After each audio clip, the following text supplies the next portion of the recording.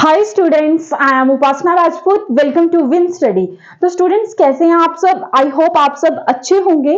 तो आज हम स्टार्ट करने जा रहे हैं एक्सरसाइज 2.2 का क्वेश्चन नंबर 1। तो देखिए हमें क्वेश्चन नंबर 1 में क्या बोल रहा है। बोलता find the zeros of the following quadratic polynomial and verify the relationship between the zeros and the coefficients. यानी कि आपको क्वेश्चन को सबसे पहले अच्छे से रीड कर लेना कि हमें क्वेश्चन में क्या पूछ रहा है। क्या मैंने आपको बोलता find the zeros of the following quadratic polynomial, बोलता आपको क्वाड्रेटिक पॉलिनोमियल के जीरोस को फाइंड आउट करना है, ठीक है। And verify the relationship between the zeros and the coefficient, और बोलता रिलेशनशिप है जो जीरोस और कोफिशिएंट के बीच में, उसको वेरीफाई करना है। किन दोनों के बीच में? क्वाड्रेटिक पॉलिनोमियल के जीरोस, और रिलेशन किसका? जीरोस और कोफिशिएंट का। लगा पता कि यहां पे क्या बताने की कोशिश कर रहे हैं। अब देखो मैंने आपको इनका रिलेशन बहुत ही अच्छे से करवाया था। जीरोस और कोफिशिएंट के बीच में क्या रिलेशन होता है, ये चीज मैंने आपको बहुत अच्छे से बताई थी कि किस तरीके से हमारा जो फॉर्मूला था -b/a बन रहा था। अब जिसकी डिग्री, अब बात करते हैं क्वाड्रेटिक पॉलिनोमियल की। तो क्वाड्रेटिक पॉलिनोमियल को भी मैंने बहुत अच्छे से आपके साथ इंट्रोड्यूस किया है, यानी कि जिसकी डिग्री 2 होती है वही आपकी क्वाड्रेटिक पॉलिनोमियल है। और आपको इस बात का ध्यान रखना है कि ये जो साथ में 1 हो सकता है चलेगा, लेकिन 0 नहीं होना चाहिए। दूसरा, क्वाड्रेटिक पॉलिनोमियल मतलब जितनी डिग्री उतने ही जीरोस निकल कर आते हैं। इस केस में देखिए 2 डिग्री है तो जाने कि 2 जीरोस निकल कर आएंगे। और मैंने आपको जीरोस निकालने का फॉर्मूला स्प्लिटिंग टर्म मेथड से भी करवाया था और श्रीधाचार्य मेथड से भी करवाया था, यानी कि जिसको आप क्वाड्रेटिक फॉर्मूला भी कहते हैं। तो मैंने आपको ये भी चीज बताई थी कि इतना बड़ा पूरा फॉर्मूला लिखने से अच्छा है कि आप उसको अल्फा और बीटा के साथ रिप्रेजेंट भी कर सकते हैं। तभी तो मैं कहती हूँ कि आप पहले पुरानी वीडियोस जरूर देखकर आए। इंट्रोडक्शन में एक एक चीज मैंने आपको बड़ी अच्छे से बताई हुई है।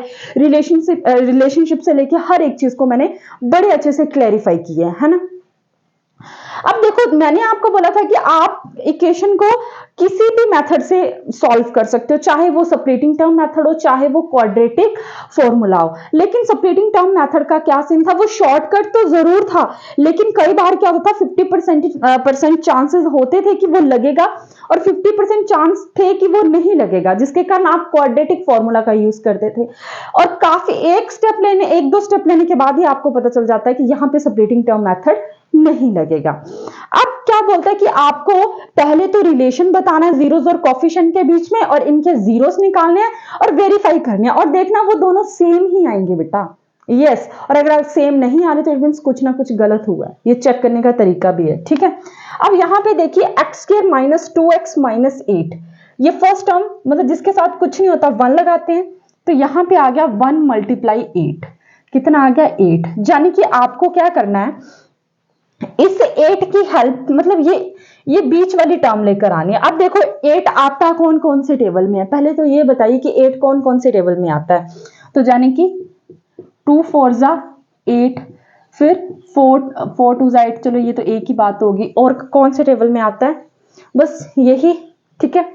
अब देखो इनमें से आपको कौन सा जो पेयर है वो बेहतर लग रहा है कि ये प्लस या माइनस कर कर -2 आ जाए। अब 8 को 1 प्लस करेंगे तो 9 आएगा, और अगर माइनस करेंगे तो 7 आएगा। तो ये वाला पेयर तो किसी काम का नहीं है ना। अब देखो 4 में से अगर 2 क्या करते हैं, हम प्लस करते हैं तो आता है 6, लेकिन अगर माइनस करते हैं 2 आएगा। लेकिन आपको जो 2 है वो किसका चाहिए? -2 का चाहिए। यानी कि मैं इस चीज को ऐसे लिख सकती हूँ -4x + 2x, और मेरा आंसर आ जाएगा -2x। और पेयर भी कौन सा? 4 2 का 8, क्योंकि इन्हीं में से एक पेयर लेना था आपको, ठीक है। तो आ जाइए, और ये भी मैंने बताई ही आपको चीजें में से। x² माइनस, ऐसे लिख दीजिए x² + 2x - 4x - 8। अगर आप -4x + 2 लिखते तब भी सही जाता। अब पेयर बना लीजिए, यहां पे x कॉमन आ गया, अंदर क्या बचा? x + 2, और इस साइड भी क्या बचा? x + 2। मैंने आपको क्या बोला, जो चीज यहां पे आएगी वही यहीं पे ही आएगी, चाहे आप उसको पहले लिख लो चाहे आप बाद में लिखो, कोई फर्क नहीं पड़ता, ठीक है। और यहां पे देखिए x² प्लस, यहां पे देखो क्या कॉमन आ गया? 4 कॉमन आ रहा है, यानी कि 4 × x 4x, 4 × 2 8। लेकिन यहां पे माइनस भी तो कॉमन है, तो माइनस लगा लीजिए, समझ आ गया? तो -4 इंटू एक्स -4x, -4 इंटू 2 -8। और ये भी ध्यान रखना है कि जो ऊपर ऑर्डर था वही नीचे है, भले ही आपने उसको तरीका अलग बता दिया लिखने का, लेकिन चीजें तो सेम ही रह रही है ना। अब इस लाइन में देखो क्या कॉमन आ रहा है, x प्लस 2, और बचा क्या आपके पास, x माइनस 4। तो जाने कि आप, मैंने आपको बोला था जब भी आपको जीरोस निकालने होते हैं तो आप x में ऐसा क्या फिल करें कि यहाँ पे जीरोस आ जाए, तो ये जीरो तो आगे चलता ही है, यानी कि x plus 2 is equal to 0 और x minus 4 is equal to 0। x is equal to 0 minus 2 और ये आ गया x इज इक्वल टू -2, ठीक है। और ये कितना आ गया, x इज इक्वल टू 4। ये तो आपके जीरोस निकल आए। अब मैं आपको बताना चाहूंगी रिलेशन किसका, जीरोस एंड कोफिशिएंट के बीच का। एक सेकेंड, मैंने क्वेश्चंस लिखे थे पर कोई ना, मैं बुक से देख लूंगी। अब देखो, जैसे मान लो आप, ये जो रिलेशन है जीरोस एंड कोफिशिएंट के बीच में, देखो दो जीरोस की बात हो रही है, एक को आप अल्फा मानते हो, एक को बीटा मान लेते हो, ये किया ये हमने। तो क्या फॉर्मूला होता था आपको याद हो तो, अल्फा प्लस बीटा, तो फॉर्मूला होता था -b/a। अब आपको लग रहा होगा किसको बी ए माने, तो ये भी चीजें मैंने आपको बताई हैं। अब कितना इजी रह रहा है ना, सब कुछ हमने पहले से कर लिया। तो यहाँ पे देखो बेटा, यहाँ पे क्या करते हैं हम, a को मानते हैं 1, b को क्या मानते हैं -2, ये बीच वाला b ही होता है, और c इज इक्वल टू -8। तो ये मैं क्या कर रही हूँ, ये दो जीरो का रिलेशन है, ठीक है। रुको, आपको समझ आ जाएगा। ये क्या b, ये -2 पहले से है तो यहाँ पे -2 आ गया, अपॉन में 1, ये कैंसल आउट हो गया, कितना बना 2। अब देखो अल्फा इंटू बीटा, क्या फॉर्मूला होता है, c/a, यानी कि constant term of coefficient of x square, यही होता है ना। और ये कितना आ गया, -8/1, क्योंकि माइनस का आंसर कितना आ गया, -8। अब इसके देखिए, इसको आप डायरेक्ट निकालिए, इसके जीरो आए हैं ना, तो इसको भी अल्फा मान लो, इसको बीटा मान लो, आपकी मर्जी, आपने क्या करना है, आप चेंज भी कर सकते हैं। तो आप यहां पे सीधा लगाकर देखना बेटा, अल्फा प्लस बीटा, अल्फा किसको माना आपने फिलहाल, -2 को, और +4, तो एक माइनस का एक प्लस का आंसर कितना आएगा 2, और अल्फा इंटू बीटा, तो फॉर्मूला अल्फा इंटू बीटा, यानी कि ये आ गया -2 मल्टीप्लाई 4, तो यानी कि -8। तो अब देखो, अगर आपने इसके कोफिशिएंट्स निकाले, देखो कितने आ गए, 2 और 8 आ गए, और यहां पे देखो -8 आ गए, है ना। और ये क्या सेम ही तो आ रहा है, तो इट मीन्स ये इसे बोलते हैं वेरीफाई करना। लगा पता? सबसे मैंने चलो पहले वो कर दिया, आप पहले इसके दोनों जीरोस का रिलेशन फाइंड आउट करिए, जो भी मैंने आपको फॉर्मूला बताया, फिर आपका ये इसके और इसके जीरोस जो है वो सेम आने चाहिए, और देखो आ भी रहे हैं, इट मीन्स आपका क्वेश्चन भी सही है। इससे आपको ये भी चीज क्लियर हो जाती है, ठीक है। करो नोट।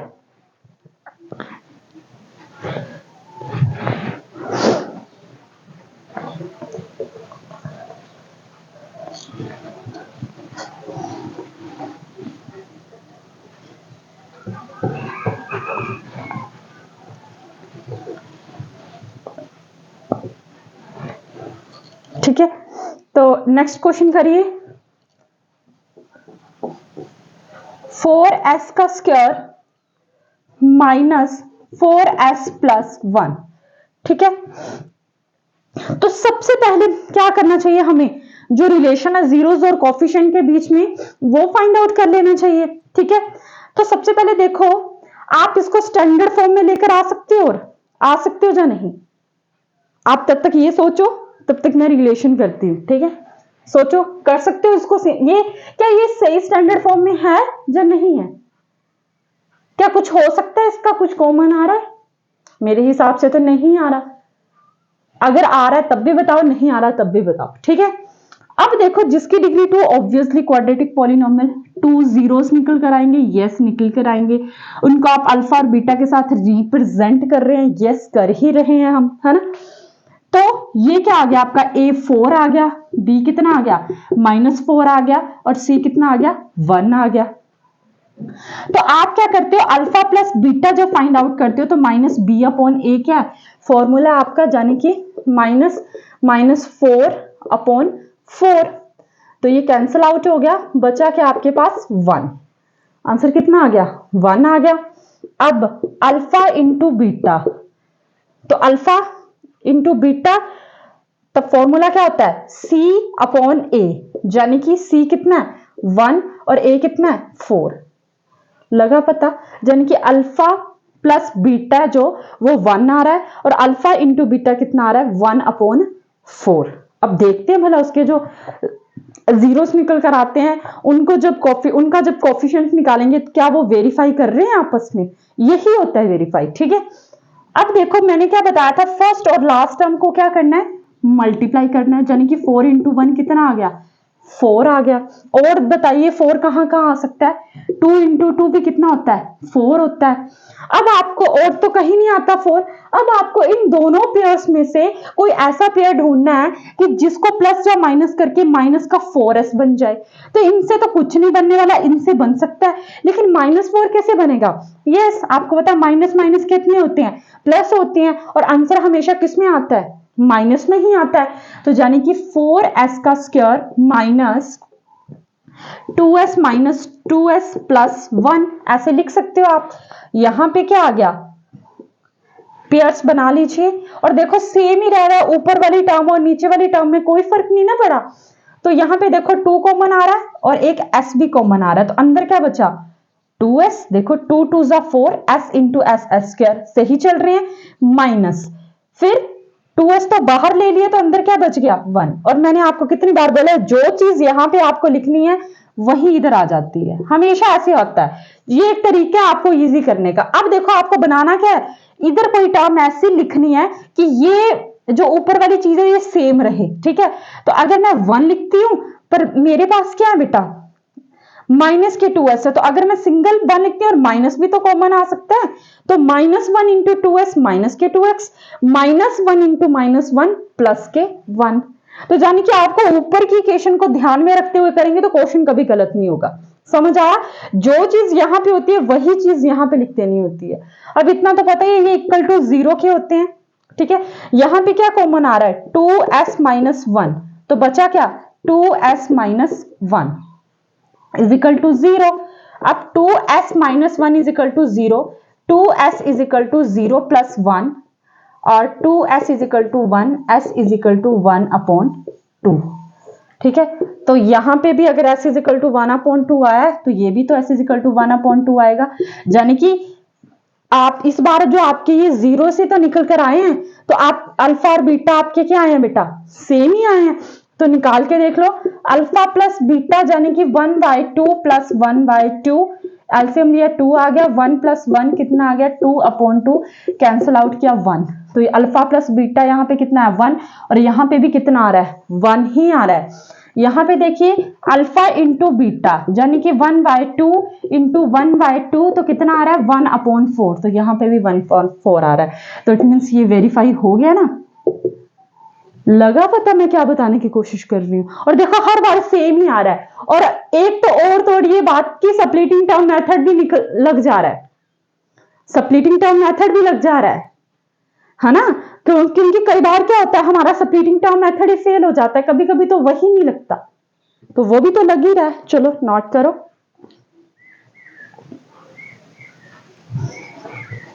मैं इरेज कर देती हूँ इसको।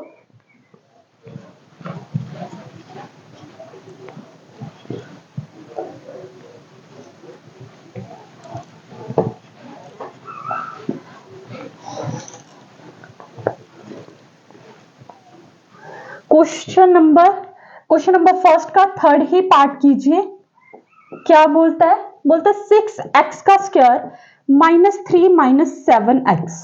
अच्छा, क्या इसको हमें कुछ बदलाव लाने की जरूरत है इसमें। मुझे ऐसे लग रहा है कि ये टर्म यहां पे होनी चाहिए थी। अब आपको इतनी चीजें तो समझ आ ही रही होंगी, है ना। तो यहां पे देखिए बेटा 6x स्क्वायर -7x -3 ऐसे होना चाहिए था बेटा। तो देखो जो आपका a है वो कितना आ गया 6, b है वो कितना आ गया -7 और c है वो कितना आ गया -3। लगा पता। अब रिलेशन जानना है आपको किसमें, जीरो और कोफिशिएंट के बीच में। तो सबसे पहले तो वही कर लेते हैं, है ना। तो क्या करेंगे आप, सबसे पहले अल्फा प्लस बीटा निकालेंगे। दो जो जीरोस होते हैं उनको अल्फा और बीटा के साथ ही रिप्रेजेंट किया जाता है। तो अल्फा प्लस बीटा यानी कि माइनस बी अपॉन ए। अब बी कितना है, -7, तो पहले से है पर फॉर्मूले में भी माइनस है। और ए कितना है, 6, ये कैंसल आउट हो गया, कितना बचा 7/6। आगे देखिए अल्फा इंटू बीटा, फॉर्मूला क्या होता है, सी अपॉन ए। ठीक है जी, सी अपॉन ए यानी कि कितना आ गया, -3/6। ठीक है, अब देखो 3 1 जा 3, 3 2 जा 6, तो आंसर कितना आ गया, -1/2। यानी कि आपका अल्फा प्लस बीटा है 7/6 और अल्फा इंटू बीटा कितना है बेटा, -1/2। तो अब इसको स्प्लिटिंग टर्म मेथड से सॉल्व कर लेते हैं अगर हो रहा है, क्योंकि हो तो रहे ही है और नहीं होगा तो देखा जाएगा, फिर दूसरा मेथड तो है ही। तो देखते हैं लगाकर, वैसे भी एक स्टेप के बाद आपको पता चल ही जाता है कि लगेगा या नहीं, और सबसे मेन बात शॉर्टकट भी तो है ना। अब देखो फर्स्ट टर्म और लास्ट टर्म को क्या करना होता है, मल्टीप्लाई। 6 3 जा 18, ओवर 18 कहां आता है, 2 9 जा 18। ठीक है, ओवर 18 कहां आता है, 18 1 जा 18, ओवर 18 कहां आता है, बस इतनी जगह आता है ना। अब देखो इनमें से कौन सा पेयर ऐसा है जिसको प्लस या माइनस करके ये हमारी मिडिल टर्म आ रही है, कौन सी है, तो 6 और 3 9 होते हैं, माइनस करूंगी तो 3 आएंगे, तो ये तो कैंसिल होगी प्लस माइनस। 18 में से 1 प्लस करती हूँ 19 आते हैं, माइनस करती हूँ 17 आएंगे, ये भी काम नहीं बना। इससे बन सकता है 9 और 2 11 होते हैं, 11 से तो काम नहीं बन रहा, अगर मैं माइनस कर दूं तो 7 बन सकते हैं, बट अगर मैं माइनस का 9 रखूं क्योंकि तभी माइनस में आएंगे ना, अगर मैं इस तरीके से रखूं, है ना। तो यहां पे देखिए 6x का square minus 9x plus 2x minus 3 लिख सकती हूं ऐसे, और सेम ही रहा, इट मींस लग रहा है स्प्लिटिंग टर्म मेथड। यहां पे 3 कॉमन आ रहा है, x भी कॉमन आ रहा है, 3 को बाहर ले आए। ठीक है, अंदर क्या बचा, देखो 3 2 जा 6 और यहां पे x, x into x, x square minus 3 3 3 जा 9 और साथ में x तो है जो आप कॉमन ले चुके हो, तो यहां पे तो नहीं लिखोगे। तो जो चीज यहां पे होती है मैं आपको अक्सर कहती हूँ वो वहां पे लिख दिया करो भाई, सेम ही आती है, हमेशा सेम आती है।